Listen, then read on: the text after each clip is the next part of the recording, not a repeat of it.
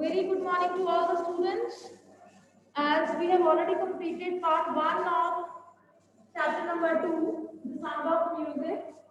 Part 1 is Evelyn Glennie listens to sounds without hearing it. Fine. Yesterday only we just completed in detail. So now we'll be discussing question answers. Clear? Okay, you will be raising hands. Fine, and then I'll be unmuting you and then you can answer it. In that way, students can participate. Clear? If you have any doubt, don't ask in between because this is a discussion of question answers only, right? Not to ask your personal queries that I'll be taking at the end. So the first question is, how old was Evelyn when she went to the Royal Academy of Music? Raise your hands. Gia, unmute yourself. Evelyn Glennie was not even 17 when she went to the Royal Academy of Music. Beta, you will not say not even, but you can say Evelyn Glennie was 17 years old. We have to give one particular age. Clear? Okay, Also correct? You can mute yourself, okay ma'am. beta. So well done, Gia, who wrote, who just was the first person to raise hand.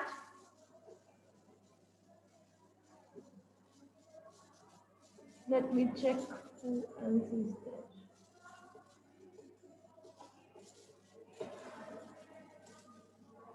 So, Evelyn Glennie was 17 years old when she went to the Royal Academy of Music. Here, first answer we discussed, and Gia answered it well. Evelyn Glennie was 17 years old when she went to the Royal Academy of Music. Now, second question is, when was her deafness first noticed and when was it confirmed? But it has two parts, so pay attention to it. First is, when was her deafness first noticed? Clear? And secondly, second part is only one child will give both the answers. When was it confirmed? Yes, Khyati, unmute yourself. Her deafness was noticed when she was 8 years old. It was confirmed by the time she was 11. Yes, you can mute yourself, Khyati. Well done. Correct answer. So, they have used pronoun in the question. Otherwise, we are supposed to use nouns and names only, and then in the next line, you can use pronoun for the first name used already. Clear? So, when was her deafness first noticed? Evelyn's deafness was first noticed when she was 8 years old. And बच्चे आपने example नहीं दिए, you haven't given the example along with. She was, her name was called when she was about to play the piano, but she did not respond. Clear? I repeat, her name was called when she was about to play the piano in her class, but she did not respond. So Evelyn's mother noticed that she has hearing problem. Clear? Her mother could feel that that mother's name is being called upon again and again in the class of music. She was supposed to play the piano, but she did not notice it. Clear? So you will give the example, textual example. Fine. Firstly, you will tell that her deafness was first noticed when she was 8 years old. She was supposed to play piano in her class. Her name was called, but she did not respond. Then her mother noticed that she has problem of hearing. Fine. Second part is, when was it confirmed? Now, beta, when two parts of questions are there, you will give it two paragraphs. When was it confirmed? It was confirmed when she was not able to perform well in exams and she was 11 years old. Clear? In the second paragraph, you'll be writing that. And it was confirmed when she was 11 years old and she was not able to perform well in exams. Clear? Now, second, answer each of these questions in 30 to 40 words. Who helped her to continue with music? What did he do and say? Beta, again, this question has two parts, so you will be answering accordingly. First part is, who helped her to continue with music? Yes, beta. Raise hand.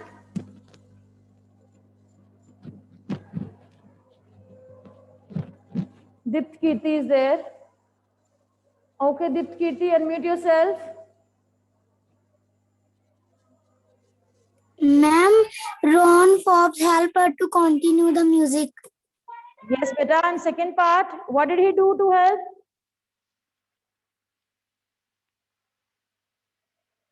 Okay, I'll be helping you in that if you don't know in case.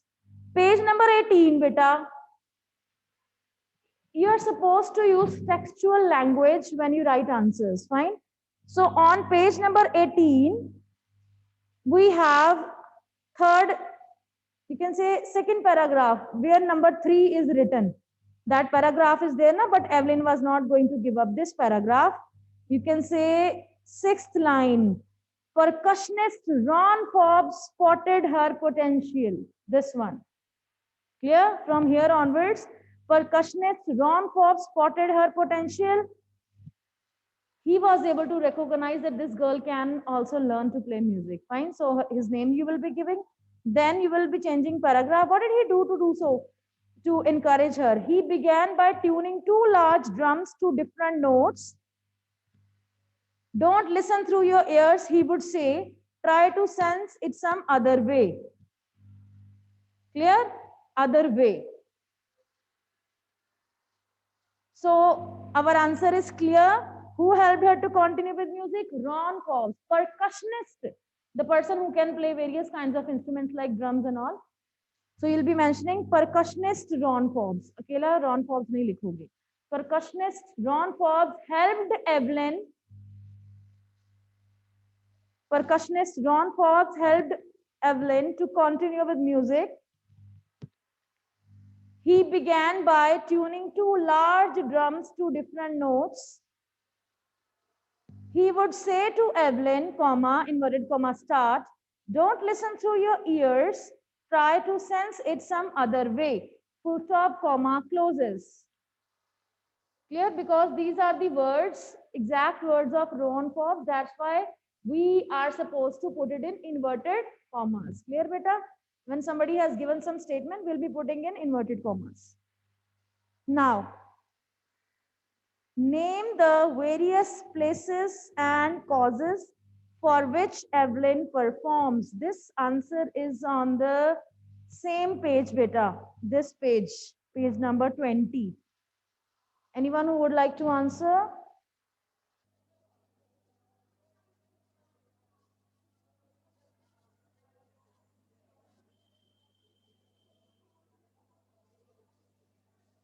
Arshita?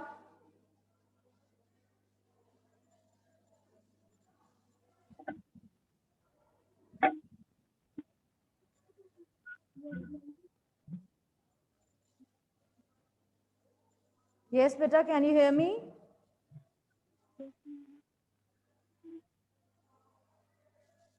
Your voice is not that audible, beta. Let's not waste time then. Okay. They are asking that name the various places and causes for which Evelyn performs. So clearly it is written on the same page, paragraph number 9, fourth line. Evelyn gives free concerts in prisons and hospitals. She also gives high priority to classes for young musicians.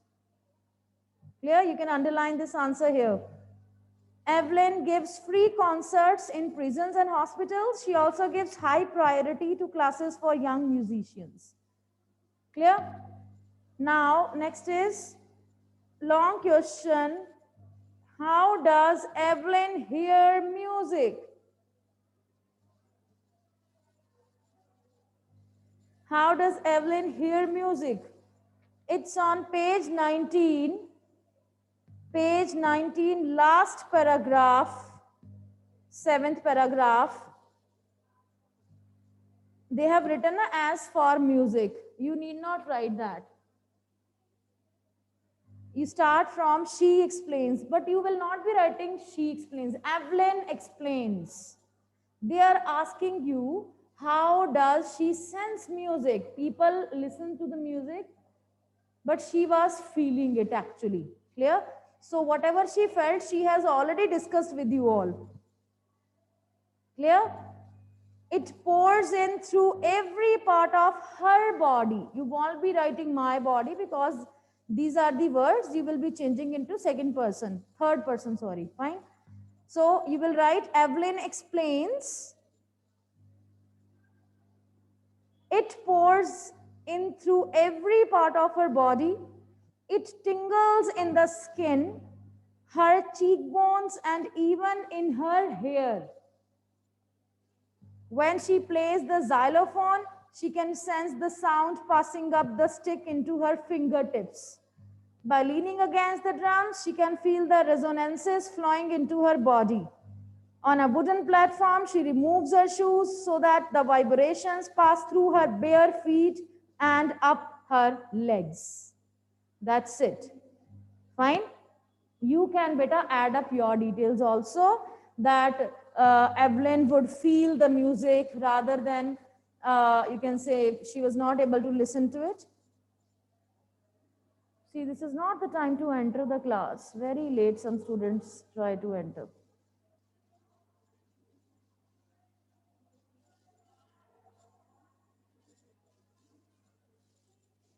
Clear? So last paragraph of page 19 is the answer to your long question. And we are done with this first part, the sound of music. Clear? And I'm going to start with the part 2, the Shehnai of Bismillah Khan. I'll be giving you the introduction. We won't be able to, you can say, finish it off. Okay?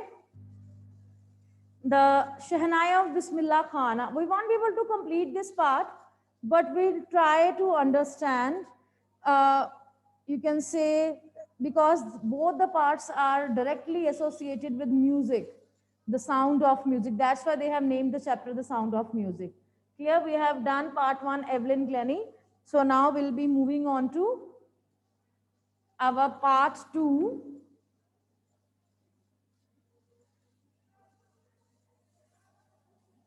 Very interesting it is, beta. Part 1 is done. Part 2. The Shehnai of, this is a Hindi word, beta, actually, Shehnai. But we have to use it because they are going to tell you the history of this instrument, how it was actually there in existence.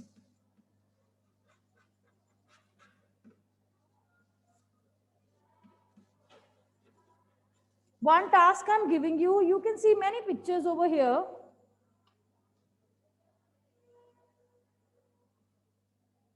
You can see many pictures in your book. Just at the beginning of this part, Zakir Hussain is there, the famous tabla player. Amjad Khan is there. Fine. In that way, various famous flute player is there. Veena Vadak is there. Fine. Different playing instruments along with the famous musicians, those who became famous for their particular instrument. Pictures are there. You can take the help of any elder person in your family. This is your mini project, you can say, that I'll be asking you the names of these people along with their instruments, fine? So that you people also try to explore something. And it will just take 5 to 10 minutes to explore that. This is a mini project for you people. Clear? They have just given picture of these musicians so that you can get connected with the vibe of this chapter. Fine? So I'll be telling you about this.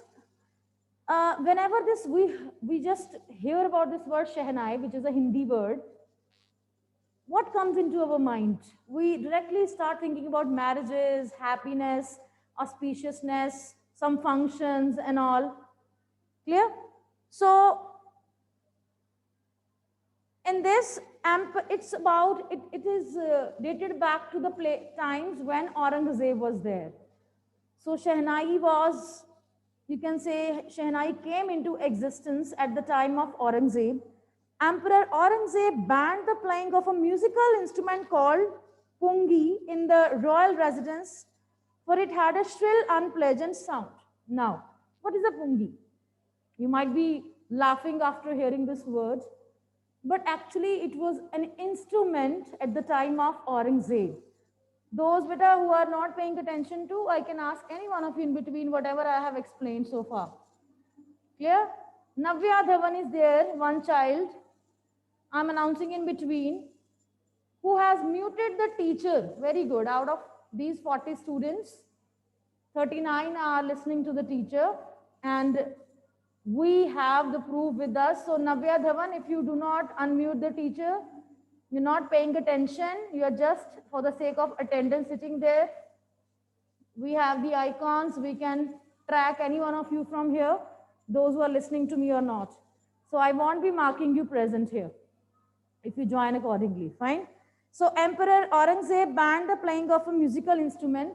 Aurangzeb said that I do not want, because during the times of Aurangzeb or any other emperor in you can say past history, music was a favorite time pass of all the emperors and kings and queens.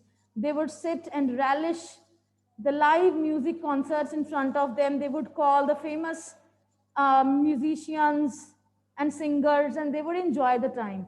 At that time, there was an instrument called pungi, and it was very harsh in sound. The kind of noise, you can say, it was producing, it was not melodious. When we hear to some instruments like a flute is there, and some instruments, piano is there, harmonium is there, where people start getting attracted and we feel like listening to it more and more. But this instrument called pungi at the time of Aurangzeb, it played very harsh sound. Pungi became the generic name for reeded noise makers. Reeded are the instruments which have holes in it, like flute. The meaning is given beta on the right side. Reeded is wind instruments which have reeds like flute, clarinet, etc. You can see the pictures on Google easily. So pungi became the generic name for reeded noise makers. Few had thought that it would one day be revived. So it was banned by Aurangzeb. Nobody will play pungi because it is very harsh in sound. Some people started thinking he has banned this instrument. Maybe some other day it will come back into usage. There was a barber of a family of professional musicians who had access to the royal palace. He decided to improve the tonal quality of the pungi. So a barber of a family of professional musicians. There was a barber, the person who cuts the hair. And being a barber also, and he was hailing from the family of musicians. He thought Aurangzeb has banned this instrument called pungi. Why not revive it?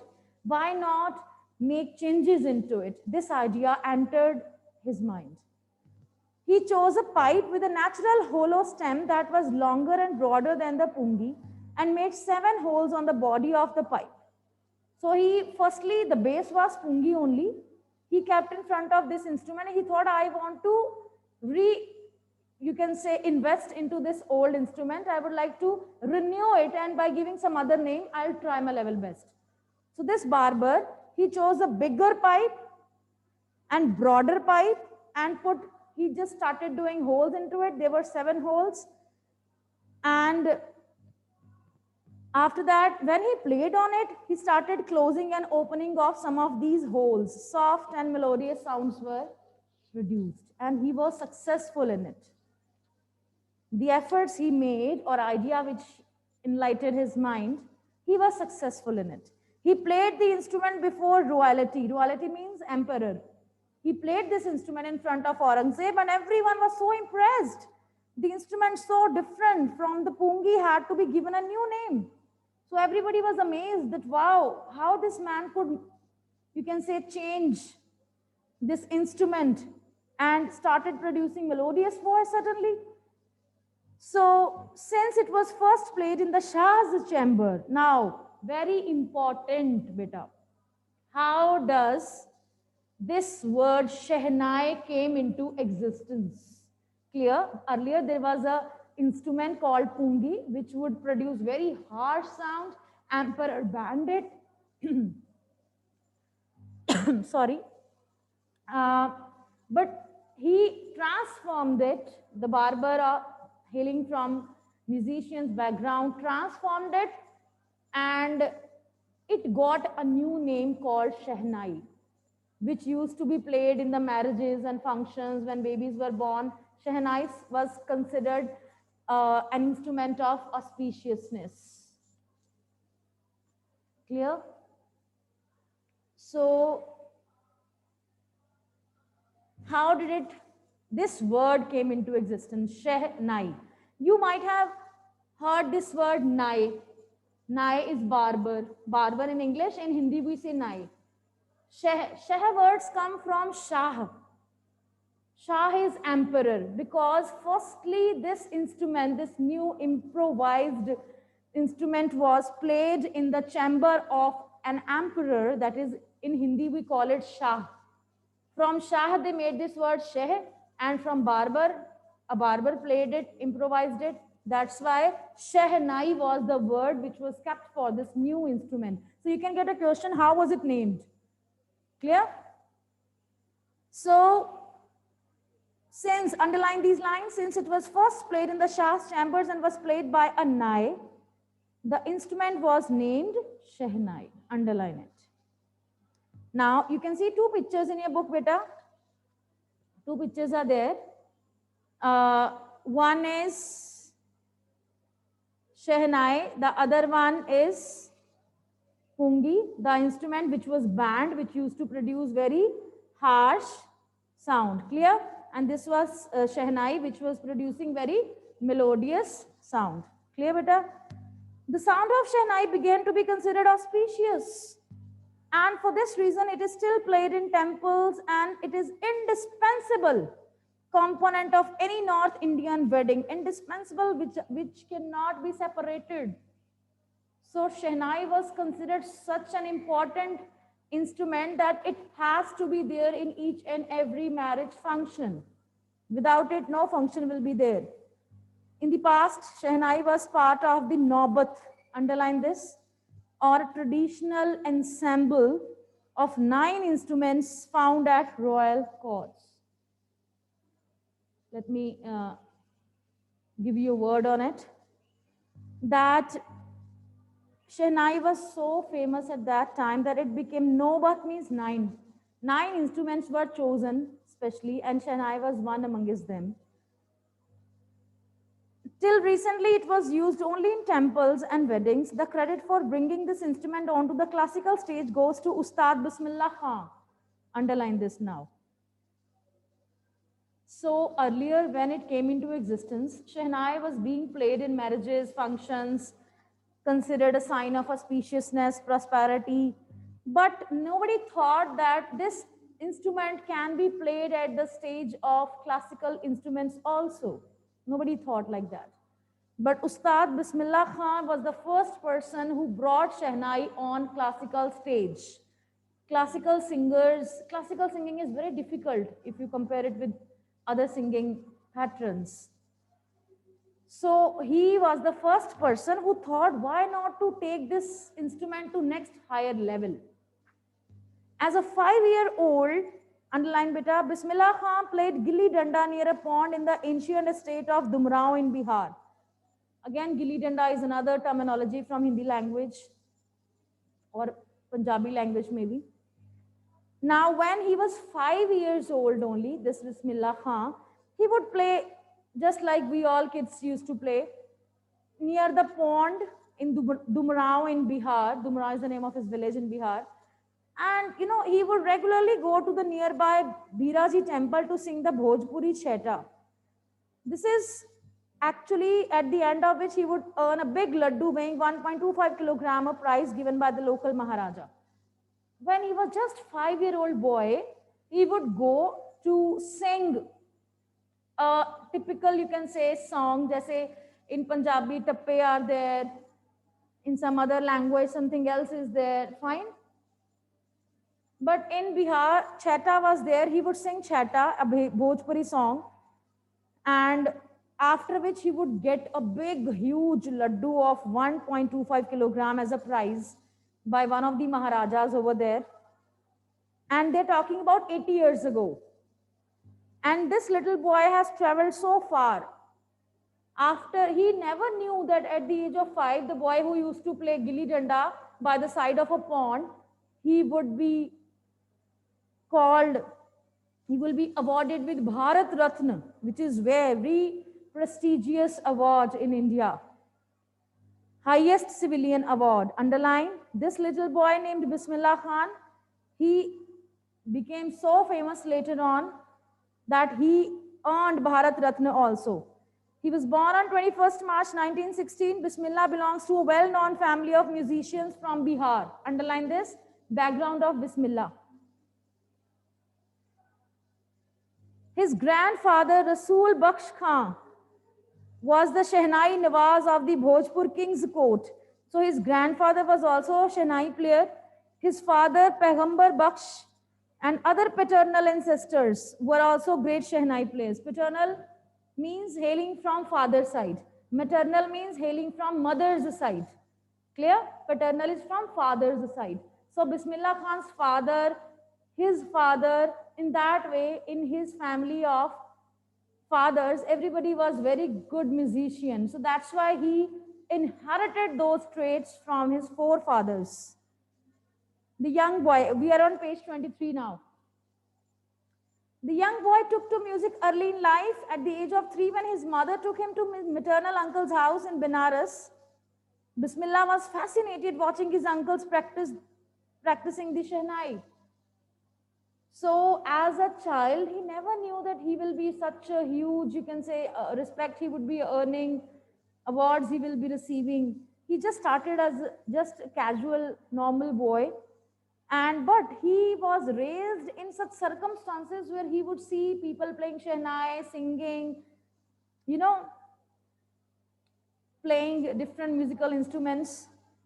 So once he would go along with his mother to his uncle in Benares, which is called Varanasi now. And soon Bismillah started accompanying his uncle Ali Baksh. Underline this, how he learned this art actually. He started joining his uncle Ali Baksh to Vishnu temple of Benares, where Baksh was employed to play the Shehnai. Ali Baksh would play the Shehnai and Bismillah would sit captivated for hours on end. So true learning was there when he joined his uncle Ali Baksh. And he would sit for hours and hours just looking at his uncle who was singing and playing continuously over Shehnai. It was a kind of fascination for him, attraction. He would see that beautifully my uncle is playing. Yes, beta, my voice is audible to everyone.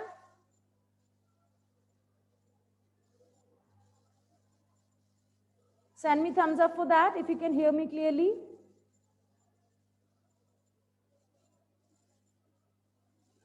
Okay. We are about to finish it off, beta. So slowly he started getting lessons in playing the instrument and would sit practicing throughout the day. Throughout the day he would practice. For years to come, the temple of Balaji, Mangala Maiya, banks of Ganga became the young apprentice's favorite haunts. So we can just continue tomorrow, beta. Or maybe we'll be continuing next week because we'll be doing writing skill tomorrow. This is Friday, and on Saturday we'll be doing grammar part, and you're having your test on Saturday also. Please keep it in mind, bear in mind chapter number 1 along with tenses you are supposed to prepare. Okay, beta? Have a nice day.